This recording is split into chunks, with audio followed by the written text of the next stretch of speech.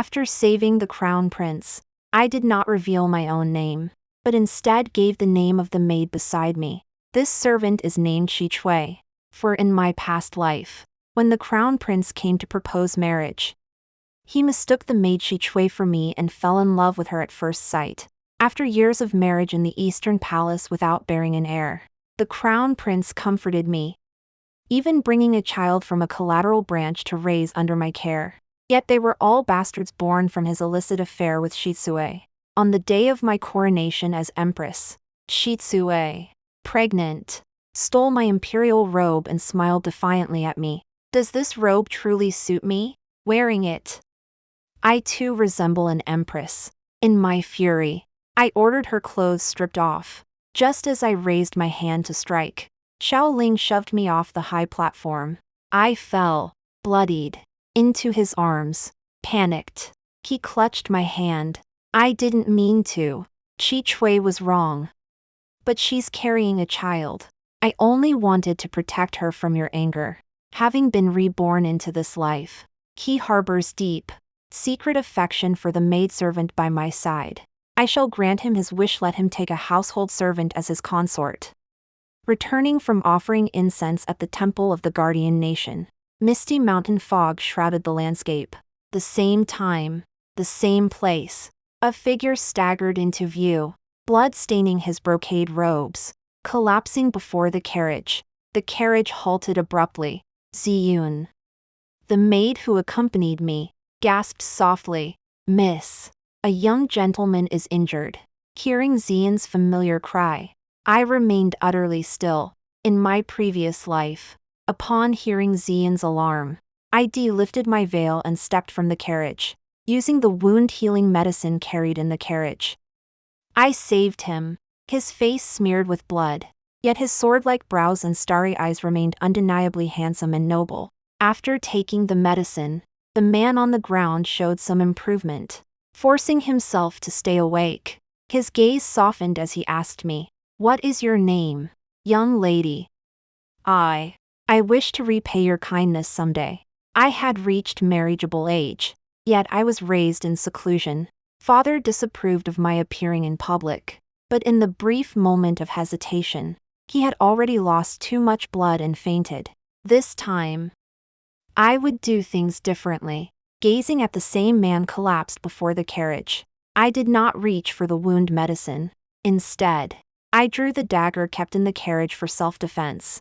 The dagger's cold gleam reflected in my own icy eyes. I thought of my past life. After marrying into the Eastern Palace, all the wrongs and mistreatment Xiao Ling had inflicted upon me. In the end, he personally pushed me off the high platform, letting me bleed to death, like a fallen phoenix. Dying in agony in his arms, clutching the dagger, I approached the gravely wounded, unconscious Xiao Ling. Better to strike first, before he revealed his identity. Take his life in this desolate wilderness. As I tightened my grip and thrust the blade toward his chest, the unconscious man suddenly stirred with a will to live. His eyes fluttering open, his gaze turned icy as he seized my wrist with unexpected force. "What do you intend to do?" My expression remained unreadable, my eyes shifting to feigned concern. "Your Highness is injured. I merely wish to cut open your outer garment to examine your wounds and apply medicine." My heart couldn't help but feel regret. Such a golden opportunity to eliminate this great threat. And I failed. But in this lifetime, he would certainly die by my hand. As the crown prince, Xiao Ling had secret guards following him. They would find this place soon. I lowered my gaze, hiding the hatred in my eyes. Just like the scene from my past life, a few strands of hair fell beside the veil on my face, adding a touch of soft, harmless vulnerability. Xiao Ling's gaze toward me, initially guarded and cold, gradually melted into a complex tenderness. He loosened his grip, allowing me to cut open his outer robe and bandage his wound. As I withdrew my hand, he seized it tightly. The words spoken were almost identical to those of my past life. "What is your name, young lady? Today you saved me. In time, I shall come to your door to express my gratitude for your life-saving kindness." I gazed at our clasped hands. Gone was the fluttering panic and shy blush of my past self. Only a cold, bitter disdain remained. My veil concealed the sneer playing at my lips. This time, I spoke before he collapsed from exhaustion. This servant is named Shitsue. Saving you was but a trifling matter. You need not dwell upon it. A flicker of shock and surprise crossed Xiaoling's eyes. He raised his hand, intending to lift the veil from my face. This sudden turn of events caught me off guard. In my past life, Xiaoling hadn't held on this long, nor had he ever tried to see my face. I shoved him away violently, avoiding his touch as if he were a venomous snake. Stumbling back 2 steps, it dawned on me perhaps I wasn't the only one reborn. Fortunately, Xiaoling's shadow guards arrived in time, escorting him back to the Eastern Palace. On the way back, Xiyun couldn't help but ask me in confusion, "Miss, that injured young master earlier even from his attire. One could tell he was of noble birth. You saved his life. Why, with such a golden opportunity, did you mention Ziku's name?" Shitsue was the head maid in my quarters. She was also the daughter my wet nurse brought into the mansion. Raised alongside me since childhood, she was practically a second young mistress in the inner courtyard. Yet this very person, whom I regarded as a sister, delivered the deepest, most vicious blow to me. I offered little explanation, only a faint, mocking smile. Sooner or later, he would have fallen for Shitsue anyway. I might as well go with the flow and give them a helping hand. You must understand, in my previous life, shortly after I saved Crown Prince Xiaoling, he personally came to my door to express his gratitude. Shitsue, my personal maid, beat me to it and met him first. Xiaoling fell for her at first sight, probably starting right then. Since I wore a veil when saving him, he didn't know my face or identity, mistaking Shitsue for his savior. By the time I reached the front courtyard, Xiaoling had other urgent matters and left in a hurry. He had only arranged the marriage with my father. When I entered the Eastern Palace as his bride, Xiaoling lifted my veil with high hopes. What he saw was a completely unfamiliar face.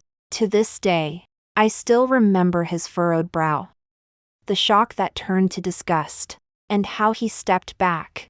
He pressed me relentlessly, demanding, "Who are you?" "I am to marry the woman who saved my life that day, the daughter of the Bai family." After initial panic and hurt, I regained my composure. I explained to him that I was indeed that woman. Yet Xiaoling refused to hear a single word. From the bridal chamber came quiet sobs. Shitsue, one of my maidservants, covered her mouth and wept aloud. Xiaoling's attention immediately turned to her, the joy of rediscovery in his eyes, followed by the regret of realization as his personally chosen crown princess. I saw it all clearly. After that day, Shitsue became perpetually distracted, her gaze often drifting toward the outside. She shattered my beloved waist-curved bowl. I merely scolded her a couple of times. Just then, Xiaoling strode into my palace. His dragon-embroidered robe stood squarely in front of Shitsue. His face darkened as he reproached me. "You've already taken her life-saving favor and married into the Eastern Palace as you wished. Can't you show her a little consideration?" At the time, I didn't understand his words. I only smelled the strong scent of alcohol on Xiaoling and assumed he was drunk. The next day, after sobering up, he immediately demanded Shitsue back from me. In the years that followed in the Eastern Palace, I suffered multiple miscarriages, damaging my constitution beyond repair. I could never conceive an heir to the throne again. Even the Empress, who had always treated me kindly, now looked at me with a subtle shift in her gaze harshness. Disappointment, dissatisfaction, in the cunning palace, over a trivial matter. I knelt for half a day in the relentless spring rain, unable to bear it any longer. I sought out Xiaoling to weep and pour out my heart. After a long silence, Xiaoling took my hand and spoke softly, comforting me. "Whether we have an heir or not matters not. I care not. Truthfully, adopting a child from the collateral branch to carry the imperial bloodline is equally valid. Mother is simply too impatient, which is why she presses you so. Little did I know then that each of his considerate words was a dagger to my heart. After several sleepless nights, I agreed to his suggestion and brought a child from the collateral branch to raise as my own. Xiaoling's eyes lit up with surprise and delight. That night, for the first time ever, he stayed with me. Had I been wiser, more perceptive, I might have noticed his unusual behavior sooner. Days later, palace attendants presented the chosen child before me. Xiaoling beamed, praising him openly. This boy is plump and charming, with a full forehead, the most outstanding among the imperial clan's children. The moment I saw him, I felt a kinship. He's destined for greatness. My smile was bitter and painfully forced. Yet he noticed nothing. Before leaving Xiaoling's study, I encountered Shi Chui. At first glance, I nearly failed to recognize her. Her face looked frail, and her body had grown noticeably fuller, resembling that of a woman after marriage. Shi Chui, upon seeing me, made no move to bow. Instead, she stared intently at the child in my arms, her eyes fixed. She boldly stepped forward, attempting to snatch the child from my embrace. Princess consort, allow this servant to hold the child. My expression darkened. After years apart, she showed such audacity. Ziyun, standing beside me, hissed, "How dare you? What right do you have to snatch the young prince from her highness? The young prince is precious as gold and jade. If you drop him, could a mere servant bear the consequences?" Shi Chui seemed to snap out of it, her expression a mix of reluctance and joy. "This lowly servant begs your highness to take good care of the prince." The royal heir in my arms suddenly burst into tears. I hurried away with the child, failing to notice the peculiarity in her words. Over the next decade, I raised 4 children, one after another, dedicating myself to their care. The late emperor passed away. Xiaoling ascended the throne, and I was naturally crowned empress. On that very day of my coronation, Shi Chui appeared on the enthronement platform, her pride evident. She stood tall, her belly prominently rounded, secretly wearing the phoenix robe hastily crafted by the Imperial Garment Bureau. Strangely, though her frame differed from mine, pregnant and broad-shouldered robe fit her perfectly, as if tailored for her from the start. My body trembled, chilled to the bone, and I dared not dwell on it further. I ordered the palace attendants to strip the phoenix robe from her. Shi Chui tilted her face upward, sneering at me with a look of defiance. I had barely raised my hand. A tremendous shove came from behind. I didn't even have time to turn and see who it was. Like a bird with a broken wing, I plummeted from the platform. In the throes of agony, my eyes filled with blood and tears as I saw Xiaoling rushing toward me in panic. His bright yellow robes fell as he knelt beside me. He clasped my trembling, icy fingers tightly. "Sure, Jean, I never meant to harm you, to take your life." I was simply overcome by the moment. Shi Chui was in the wrong, but she was carrying a child. I only wished to protect her from your harm. Agony silenced my voice. In my dying moments, I strained to lift my face toward the platform. Above, the imperial children I had raised clustered around Shi Chui. Her gaze upon me held the smug satisfaction of a victor.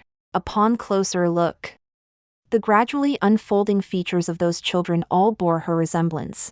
How laughable! The children I raised with my own hands were all the bastard offspring of her secret trysts with Xiaoling. I closed my eyes, amidst the agony and torment.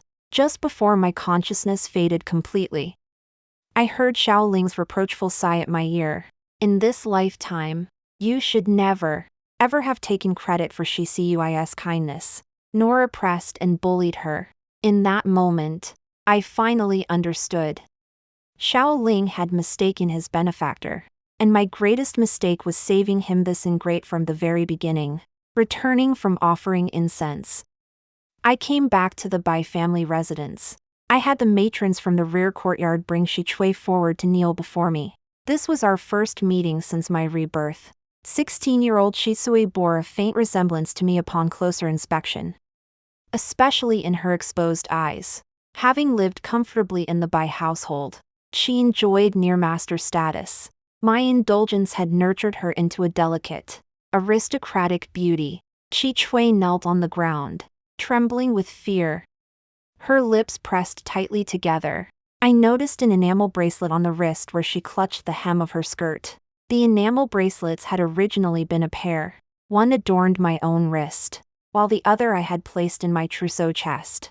It later vanished, and I never imagined Shi Chui had stolen it to wear on her own wrist.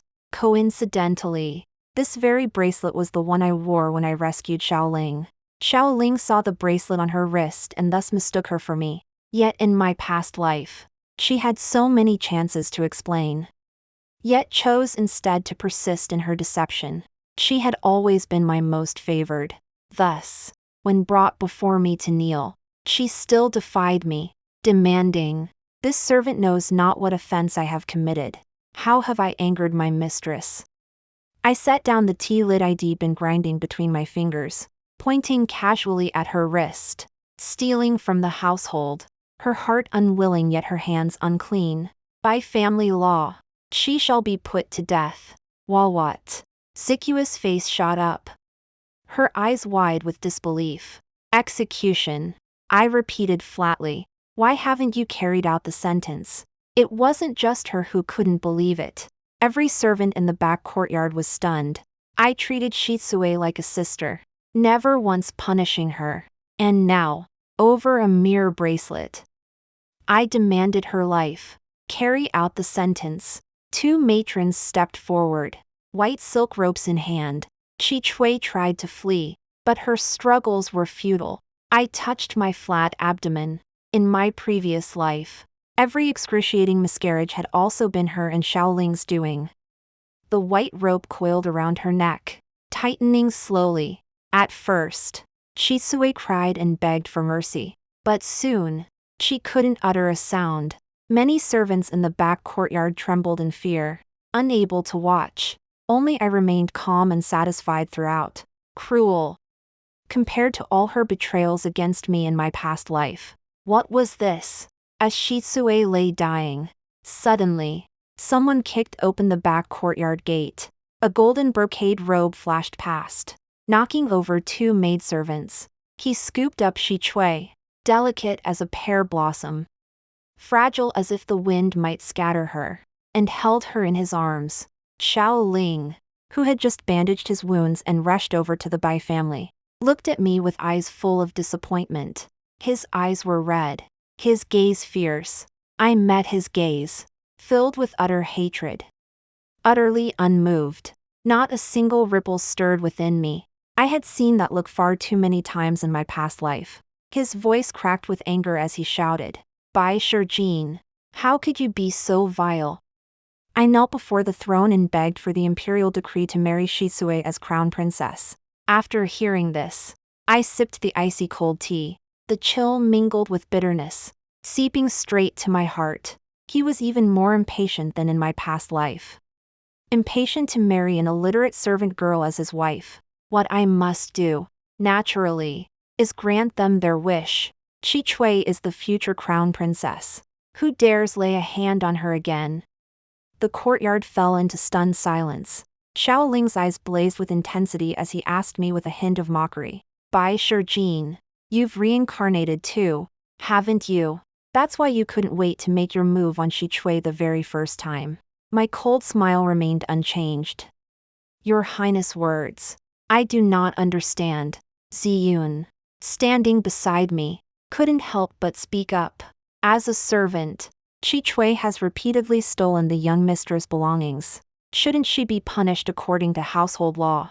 Chi Chui, cradled in his arms, feigned awakening at the perfect moment. Weak and limp against him, she gazed at me with tear-filled eyes, pleading. "This servant knows she has erred. I begged the young mistress to spare me this once." She slipped the bracelet from her wrist and returned it to me. In that instant, Xiao Ling's eyes suddenly narrowed in shock as he stared fixedly at the enamel bracelet. His voice was dry as dust, forced from his throat. "This bracelet, how could it be yours?" Ziyun was baffled.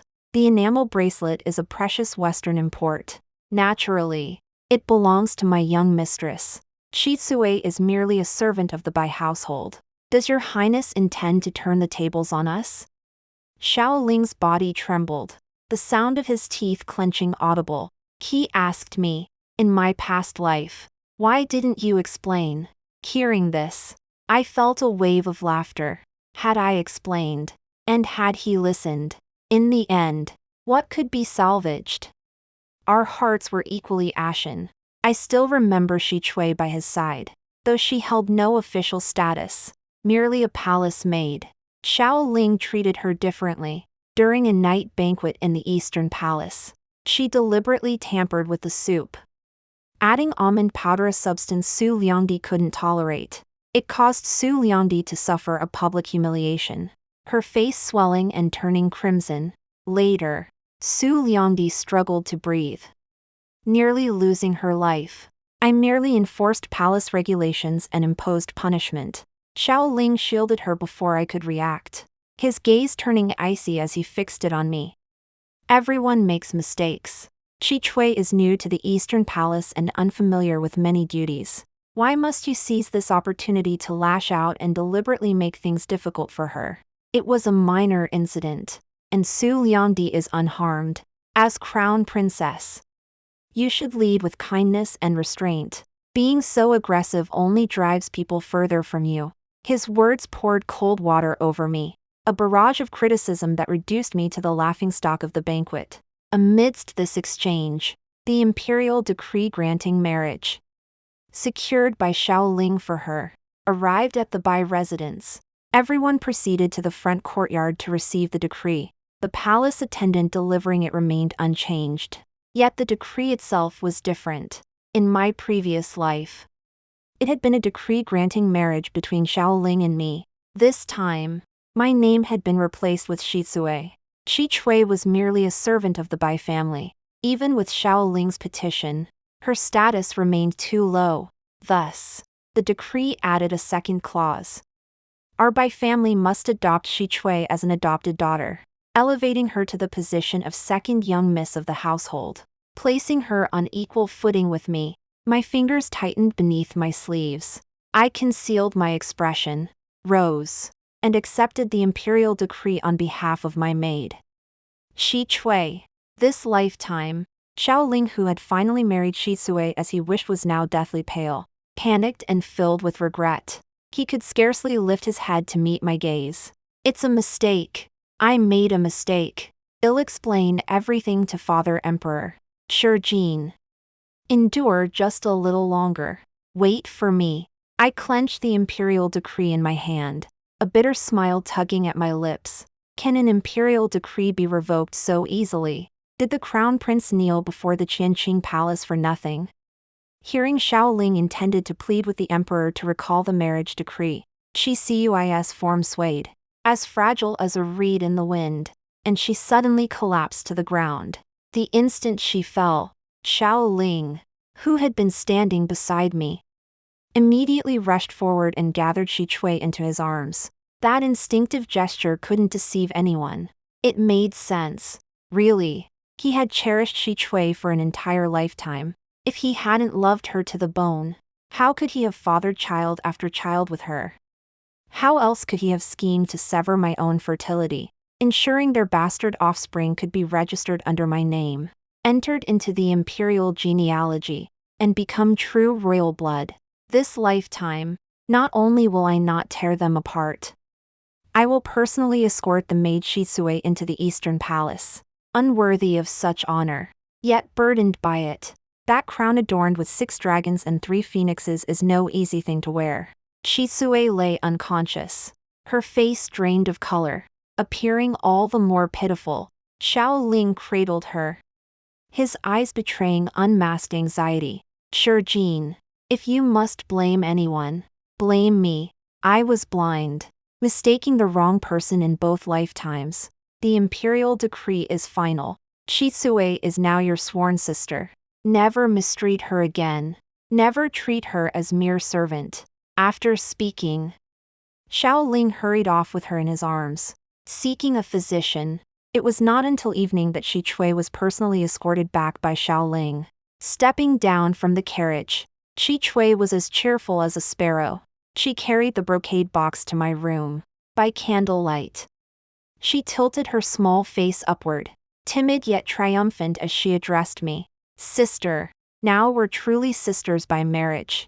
Ziyun couldn't stand her arrogant demeanor and stepped forward, ready to strike. I held her wrist firmly, my expression unreadable. Shi Cui opened the brocade box, revealing the betrothal gifts and rewards sent from the Eastern Palace. Sister, I'm here to apologize. I didn't mean to compete with you for the crown prince. Just like in my past life, she was adept at feigning docility and innocence. If Ziyun went up and slapped her, she'd only fall into her trap. I'd suffered that humiliation before. The flower-pinning banquet of my previous life. Court ladies and noble daughters gathered, and I, the crown princess, was to pin flowers and bestow blessings upon them. But Shi Chui presented flowers concealing hornets. The wasps suddenly swarmed out, stinging anyone in sight. Startled, I shoved Shi Chui away. She fell to the ground, blood gushing from her arm, quickly staining her palace gown crimson. In truth, the wound on her arm was self-inflicted, a calculated act to stage a ploy of self-sacrifice. Chaos erupted at the flower-pinning banquet. Xiao Ling, who rushed to the scene, lifted Shi Chui up first. He saw the blood on her arm and the forced smile she wore. Xiao Ling's gaze toward me was as cold as evening mist, filled only with disappointment and reproach. He wouldn't even exchange a single word with me. Back then, I truly cared for him. Who among young couples doesn't dream of growing old together, hand in hand, sharing a lifetime of understanding? Even within the cold confines of the palace, my heart for him burned with warmth. Moreover, I had saved him with my own hands, hoping he would feel gratitude toward me and pledge himself to me, just like in the storybooks. It was precisely because of this foolish sincerity that I was wounded so deeply. He did not speak to me. He didn't listen to my explanation, instead punishing me with confinement to my chambers. Facing the wall in reflection, Shi Cui was conning a mere handful of hornets nearly cost me my position as crown prince's consort. I never touched any of the apology gifts she sent. I considered having Ziyun dispose of them, but feared unnecessary trouble. So I simply stuffed them all into the bottom of a chest. Xiao Ling knelt once more before the gates of Qianqing Palace. This time, he remained kneeling for a full day and night, pleading with the emperor to revoke the marriage decree. He claimed he had mistaken the person. Another had saved him on that mountain path. But could the emperor's word be treated as child's play? He never even saw his father's face. Driven away by palace attendants delivering the message. Fallen petals like dreams. Fine rain like sorrow. Soaked to the bone.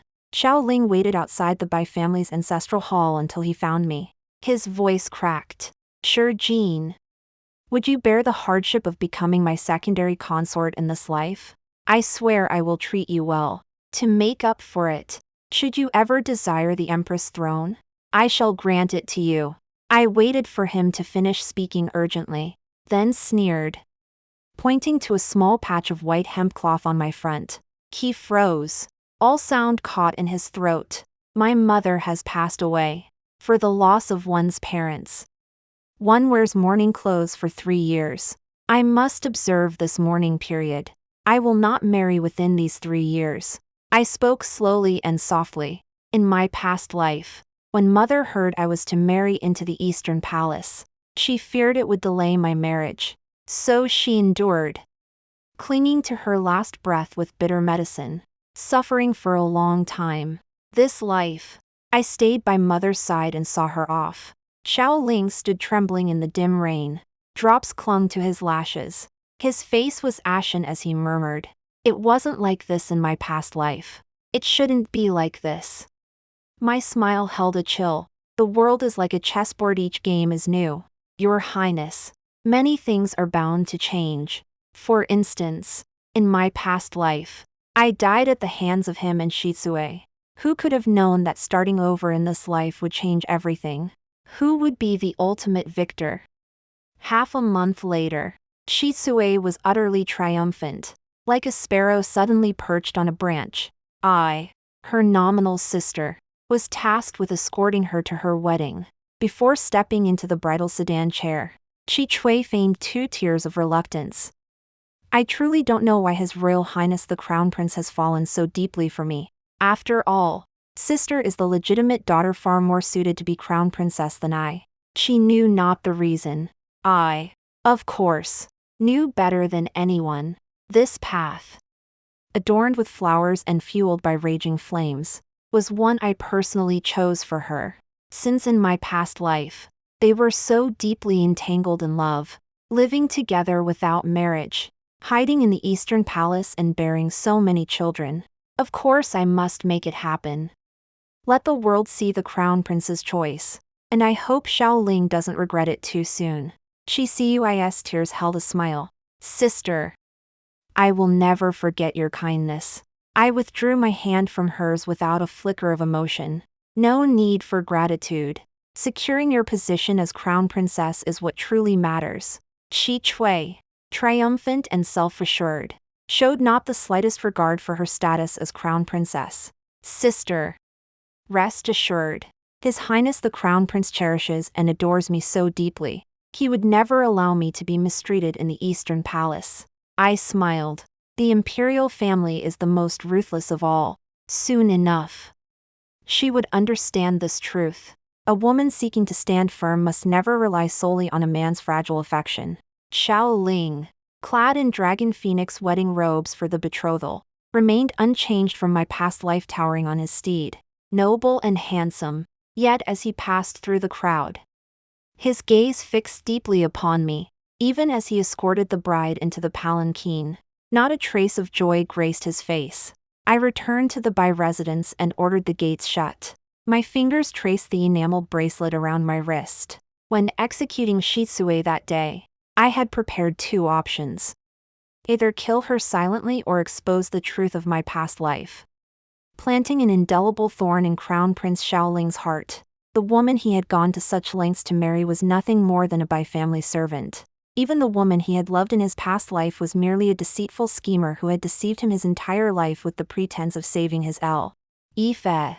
Spies hidden within the Eastern Palace swiftly relayed news. On the first day of their marriage, Xiaoling rose early, his expression weary, showing Chi-Chui none of the indulgent favor he had shown her in his past life. When it came time to present tea and pay respects at the Empress quarters, the Empress, due to Shisuyui's lowly origins, even her adoption as a Bai family daughter couldn't mask her servant background, kept the tea Chi-Chui knelt to offer out of reach for a long time. Clearly, she looked down on her. If she weren't the Crown Prince's life-saving benefactor, and the Crown Prince had knelt to beg for her hand, would the daughter of a wet nurse ever have been deemed worthy of entering the Eastern Palace? Chi-Chui bit her lip, and tears quickly welled up through tear-filled eyes. She looked toward the figure clad in the imperial dragon robe. But since their marriage, Xiaoling had been perpetually distracted. He hadn't seen Shisuyui's pleading gaze, nor had he spoken a single word in her defense. This would never have happened in her past life. In her previous existence, wherever Chi-Chui was, Xiaoling's gaze would instinctively follow her. If she suffered the slightest injustice, Xiaoling would immediately come to her defense. As Chi-Chui wept, the Empress grew even more disgusted by her petty demeanor, covering her nose with a handkerchief. The Empress chuckled lightly. I haven't said a word yet. Why are you crying for no reason? Others might think I've wronged you. The wedding has only just passed, and you're already weeping. It's nothing but bad luck. You have no sense of propriety. Have the palace ladies teach you some etiquette. Don't become a laughingstock as Crown Princess consort. Xiaoling excused himself early, saying he had matters to attend to. Chi-Chui was left behind in the palace, kneeling for half a day while holding a tray of tea. After reading the note, the icy glare in my eyes remained unmelted. But this lesson alone was insufficient. Far from sufficient. I would make them hate each other in this life as intensely as they loved in the last. Locked in a deadly embrace of love and death. Wasn't she Cuis womb supposed to be fertile? 10 years. Children born one after another, while mine all perished in infancy. The bitter medicinal broths of the Qing palace. The agony of losing children, it's time she tasted them too. Following the same path as the previous life. According to custom. After becoming crown princess, a hairpin flower banquet must be held both to showcase imperial status and bestow blessings upon noble ladies. In my past life, she ruined my flower pinning banquet beyond repair. Countless noble ladies were knocked down and stung. Even though I later tried desperately to salvage the situation, it left an abysmal impression among the aristocracy. So much so that on the day I was crowned empress, numerous civil and military officials stepped forward to oppose it. This lifetime, I attended the flower pinning banquet as Miss Bai, still confined to my maiden's quarters, alongside other noble ladies. Even at her peak of favor in the Bai household, Shi Sui remained merely a servant. No one ever taught her how to manage household affairs, host banquets, or command an audience. She knew nothing of the capital's noble families or their intricate ties, knowledge gained only through lifelong immersion. A pheasant cannot pretend to be a phoenix. A servant remains a servant, even ascending to the position of crown princess consort. She could never become a person above others, even without deliberate sabotage. The flower pinning banquet was a complete disaster. The dishes had to be arranged according to the family's rank and the status of the noble ladies present. Shi Sui knew none of this. The flower pins were categorized as Flower King, Flower Fairy. She knew nothing about these distinctions either. In my past life, I had paid close attention to these matters, seeking guidance from Her Majesty the Empress to ensure flawless execution. Conscious of her lowly origins, after being punished, she approached the Empress like a mouse meeting a cat, dare not set foot in the inner palace. The dishes were wrong. The purchased flowers, she knew nothing of their varieties. The palace attendants served her inferior substitutes, tailoring the offerings to her status. Shi Sui sat flustered on the crown princess' main seat. Soon, murmurs filled the flower pinning banquet as her background as a servant's daughter became known. Many noble women maintained their decorum, finding excuses to leave one by one until most had departed. Facing the emptying banquet hall and the scornful laughter of the noble ladies, Shi Cui's face flushed crimson. Forgetting her place and the occasion, she wept bitterly. Overcome with humiliation, the hairpin ceremony was meant to showcase the crown princess consort status. As the crown prince, he couldn't intervene. Xiao Ling, seated beside her, frowned in annoyance upon seeing her tears. His gaze swept over the deserted banquet. He flung his sleeves aside, irritated and embarrassed. I sat in an inconspicuous corner of the banquet, witnessing this farce from beginning to end. Xiao Ling slammed his wine cup down, his voice cold with reproach. In my past life, you were gentle and sensible, deeply pleasing to me. Why in this life? You know nothing, not even a fraction as good as her. I knew exactly who Xiao Ling was referring to. In my past life, I handled everything for him. All he needed to do was sit back and enjoy the fruits of my labor. Shi Chui never ascended to the position of crown princess consort. She didn't have to manage mundane affairs. She simply flattered him, captured his heart, and feigned obedience and fragility. In comparison, Shi Chui, who bewitched him in the bedchamber, left him utterly spellbound. But this life is different. I pushed Shi Chui into a position that never belonged to her. With contrast came disparity. Disappointment and resentment took root in Xiao Ling's heart. From perfect match to bitter partners, a slow, agonizing process. I curved my lips slightly. It had only just begun. After the flower pinning banquet ended in discord, instead of cleaning up the mess, Shi Chui dared to come looking for trouble. Her narrow perspective truly befitted her eventual downfall. A woman's gaze should not be confined to the inner chambers, nor to petty rivalries. It should be far-reaching, grasping wealth and power, securing an unassailable position. This truth I only fully grasped after dying once. A palace maid by her side stopped me. You must be Miss Bai. The crown princess requests your presence. I followed her to the familiar chambers. The moment I stepped inside, her trusted maid barked, "Kneel before the crown princess." I chuckled softly. Has becoming crown princess made you forget the Bai family raised you for over a decade?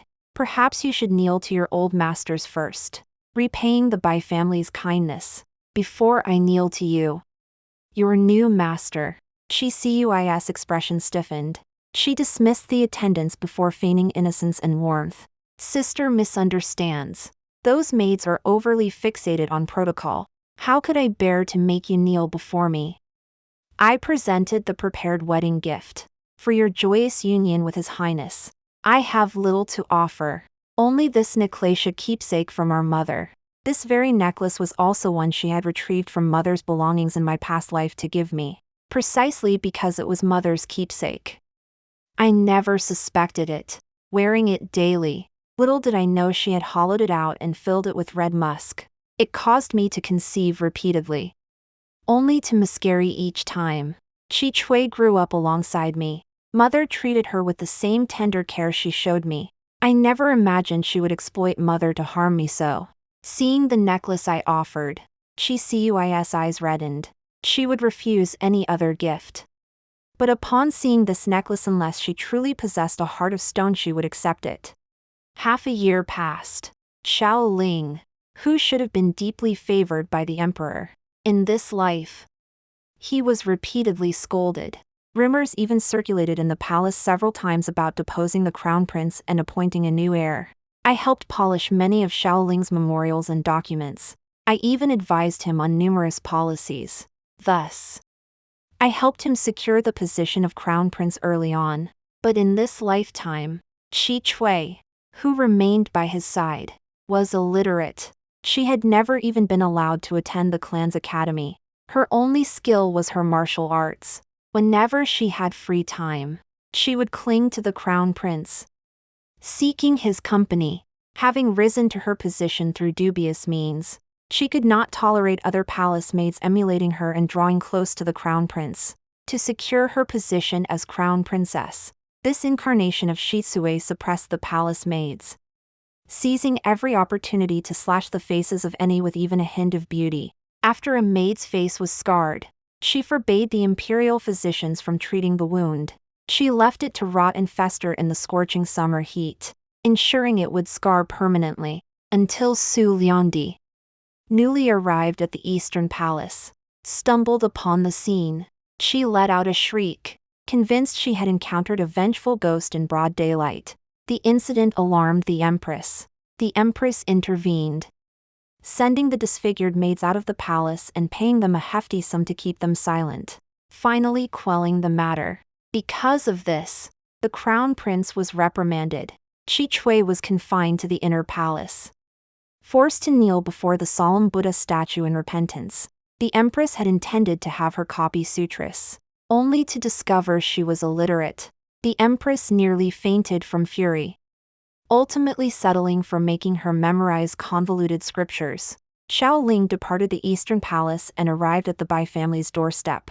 His dragon-embroidered robe and the same brocade jade sash adorned him. Yet he now carried an air of desolation and decay. In the mere 6 months since their marriage, he seemed to have lost weight, his eyes bloodshot and weary. Upon seeing me, Xiao Ling was overcome with mixed emotions. I, too, found myself speechless. If your highness has no business here, please do not obstruct my path. As I brushed past him, like a statue frozen in place, he seized my sleeve. Sure, Jean, I regret it. His voice choked with bitterness and struggle. In my past life, I failed you so many times. I never knew how important you were to me. I laughed bitterly. He wasn't remorseful, was afraid. Only after replacing me did he realize my importance. I was his wife, his loyal subject, managing the Eastern Palace for him, paving his path forward. Without me, he achieved nothing. Even his position as crown prince hung by a thread. His lowered gaze held new layers of calculation and resentment. Now I see many things were not your doing. Others framed you, set you up. I wronged you, even causing your death on the day you were crowned empress. In this life, what must I do to bring you back to my side? His question was uncertain, cautious. Hatred congealed in my throat, turning to green blood. I slowly swallowed the metallic taste, a slow smile spreading across my lips. It is utterly impossible. I did not look back. Nor did I care what expression Xiaoling wore now. I stepped into the carriage and departed. More important matters awaited my scheming. I want them dead. For half a year, Shitsue had tried every trick to cling to Xiaoling. Yet her womb remained barren, born of lowly origins and despised by the empress. She needed an heir more than anything. A palace maid in the eastern palace mentioned. There's a miraculous doctor at the temple east of the city. He has a secret remedy worth 10,000 gold. Yet he won't sell it. Any woman who drinks it soon conceives. Desperate for a cure, Shitsue secretly committed the words to memory. When she appeared wearing a veil that day, I was not surprised at all. Sitting hidden behind the curtain, I listened to her haughty voice, strained with urgency. Are you truly a divine healer? If I drink your medicine, will I definitely conceive? Mark my words, I come from a noble house. If you dare deceive me, they'll have your entire family executed. The divine physician had seen countless noble ladies and felt no fear. Madam, your liver fire is too intense, making conception difficult. If you doubt this old man's skill, seek another healer. Chi Chui stiffened. First, extend your hand. This old man will take your pulse. After she held out her hand for a long moment, she asked nervously, well, what's wrong with my body? Can it be treated? The physician stroked his beard and merely shook his head. Madam, your body is healthy. It seems the issue lies with your husband. Why not call him over for a consultation as well? Xiao Ling, the crown prince, was far too exalted to appear in such a place. The divine physician sensed her dilemma and suggested, very well. I shall first prescribe a kidney tonifying, nourishing formula. Take it back for him to consume. There should be a turning point. Chi Chui inquired about the price. The divine physician held up 5 fingers. 500 taels of silver. This formula is not shared with outsiders. Consuming it will surely prove effective. Should it fail, Madam may bring men to smash my stall. Gritting her teeth, she went to the palace accounts and produced 500 taels in cash. Only after Shi Chui departed did I step out from behind the curtain. The so-called divine physician lost his earlier composure and suddenly knelt before me with a thud. Miss, please spare me this once. They'll leave the capital immediately and never return to deceive and swindle again. Indeed, this so-called divine physician was nothing but a charlatan. After exposing his scam, I merely threatened to report him to the authorities. And he obediently played along with my scheme. I had Xian record his name and household registration. Then told him, I hold all the evidence. Should I ever hear of you peddling fake medicine again, they'll immediately present it to the magistrate and ensure you spend the rest of your days rotting in prison. Yes. Yes. A con artist like him has multiple hideouts. Catching him again would be no easy feat. Leaving the temple, Xian fastened my cloak. Miss, will Shitsue really give the crown prince this medicine of dubious origin? I replied calmly. She certainly will. 500 taels of silver could buy dozens of servants like her. I deliberately had the divine doctor set an exorbitant price just to make her wince, to force her hand. Back at the palace, after much hesitation, Chi Chui dismissed the attendants and slipped the powder into the crown prince's tea. Dawn was breaking. Xian rushed to report the news. Miss, your foresight is uncanny. Truly remarkable. Still half asleep? I asked. Trouble at the Eastern Palace. Yes. Xian's face flushed with excitement. The crown prince vomited blood incessantly and is on the brink of death. Cuis poisoning was discovered. She's been stripped of her title as crown princess consort and imprisoned to await trial. After her initial excitement, Xian grew anxious. Could the investigation lead back to us? Miss. Gazing at the breeze carrying duckweed across the window, I smiled calmly. It won't. They can't even catch that fake doctor. After 3 rounds of interrogation and severe torture in the dungeon, Shisue finally confessed to buying the poison from outside the palace. By the time the officers went to search for the wandering doctor, the temple in the eastern part of the city was already deserted. When they questioned the locals, no one knew the doctor's whereabouts.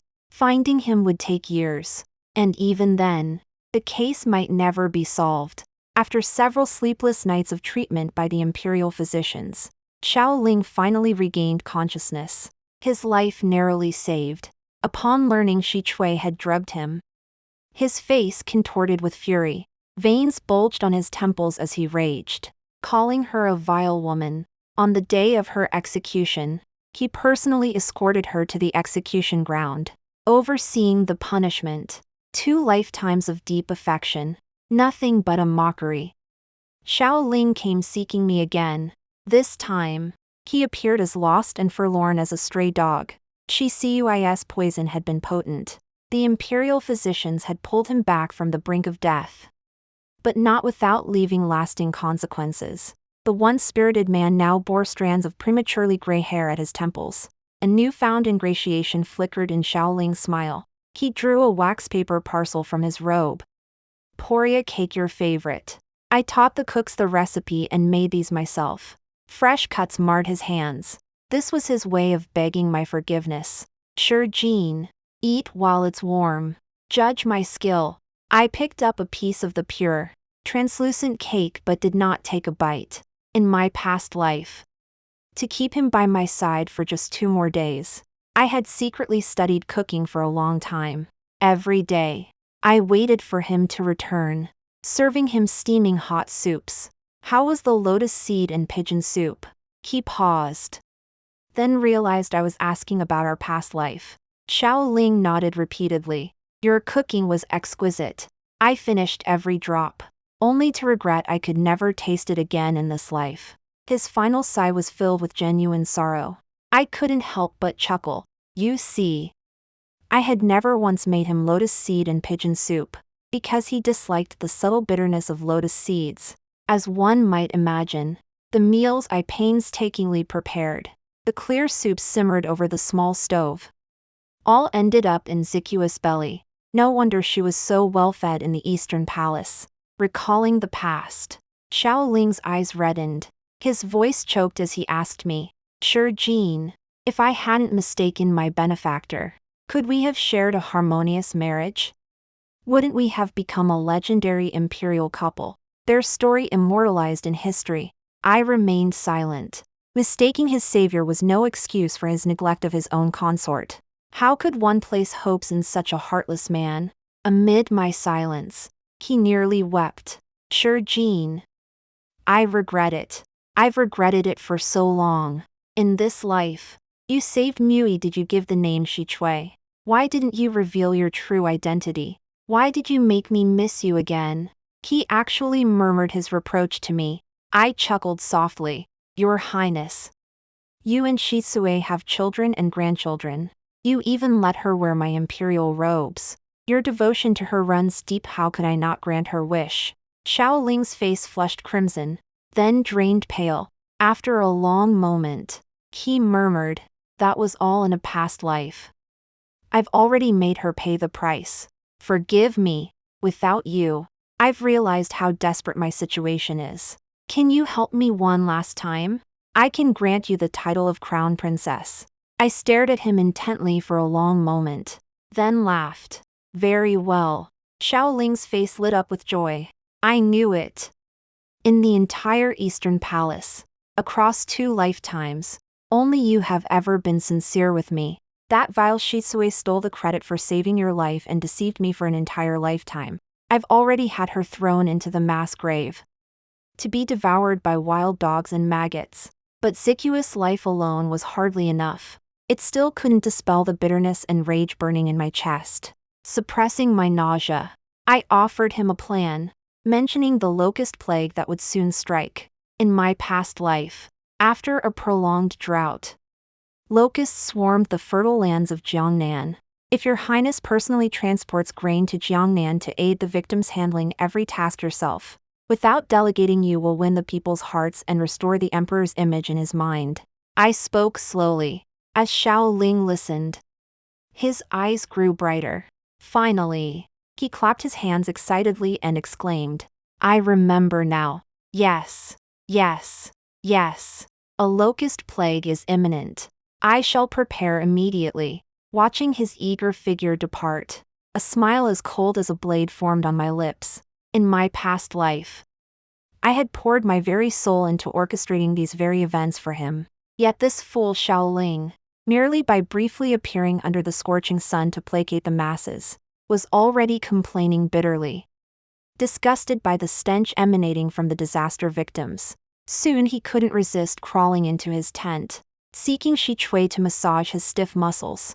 In my past life, I lifted him to the heavens. This life, I will send him to hell with my own hands. I tied the written secret letter to a passing lark and sent it soaring into the sky. Go, tell your master, the crown prince has fallen into the trap. 3 months later, just as in my past life, Jiangnan was struck by a sudden locust plague. The people reaped nothing. Barren lands stretched for miles. As the ministers stood helpless, Xiao Ling stepped forward. He claimed Head had a dream where an immortal foretold the disaster. So Head stockpiled grain perfect for aiding the victims. The emperor, delighted, ordered him to transport provisions to Jiangnan immediately. Xiao Ling personally escorted the grain to Jiangnan. Bags of millet filled 100 ox-drawn carts. His face beamed with confidence. Achieving this feat would cement his position as crown prince beyond challenge. Open the sacks and distribute the grain. The order rang out. As the coarse hemp sacks were torn open, what poured out was not grain, but nothing but weeds and sand. Displaced villagers had come with their families. Hearing the crown prince had brought vast supplies to end their hunger, who could have imagined the sacks held nothing but inedible sand? In an instant, cold sweat drenched Xiao Ling's imperial robe. How could this happen? I personally watched them load rice. Who switched it? Before he could process it, starving refugees erupted in chaos, breaking through the soldiers' blockade and surging forward. This riot was only quelled when the crown prince's uncle, the Prince of Huai, arrived with his troops.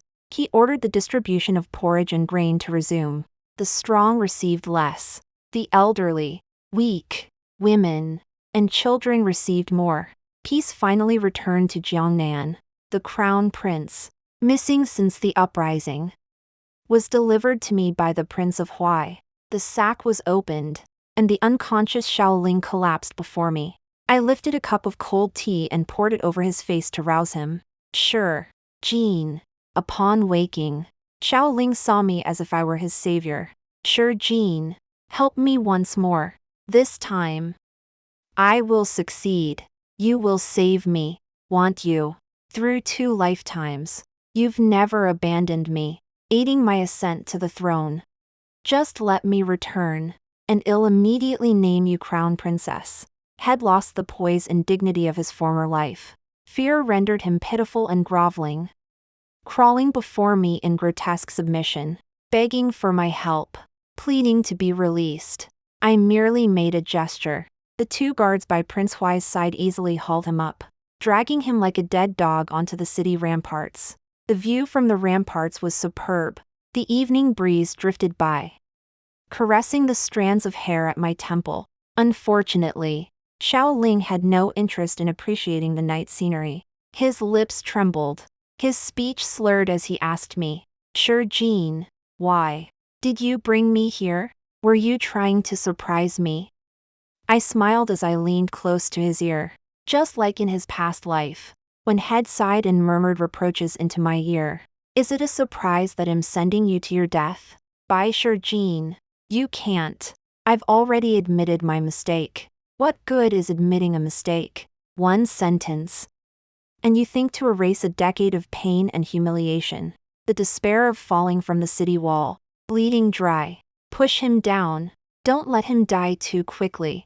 Make him fall 10 times. Let him taste the terror of plummeting from the wall. Let him feel his bones snap and dislocate with every fall. Screams pierced the night sky, until the ground below was soaked red. I watched coldly, only when the figure fell from the tower for the final time. Motionless. Did I report back to Prince Huai? His Royal Highness the Crown Prince, fearing punishment, took his own life by leaping from the tower. This ruthless Prince Huining, ambitious, stood with hands clasped behind his back, gazing at me silently for a long while. Then he suddenly asked, "Miss Bai, would you be willing to become this prince's consort?" Without a moment's hesitation, I answered calmly as still water, "I am unwilling, but I demand a written pardon from the Prince of Huai himself." I needed to ensure he wouldn't strike me down once he ascended the throne. His thin lips curved in a low chuckle. "Fortunately, you are my ally, not my enemy." It was that fool Xiaoling who was blind to the truth. That night, I left the Prince of Huai's camp. Ziyun waited for me in the carriage. "Miss, everything has been arranged." I glanced at the night sky. Winds stir across the 9 provinces. Chaos shall reign. Years later, amidst the tumult of war, the rivers and mountains changed hands. Upon West Lake, a small flat-bottomed boat drifted slowly from beneath the weeping willows. Warm spring light fell upon her face. Serene in deep slumber, a light boat crosses distant mountains. A figure on the path, fair as jade. The end.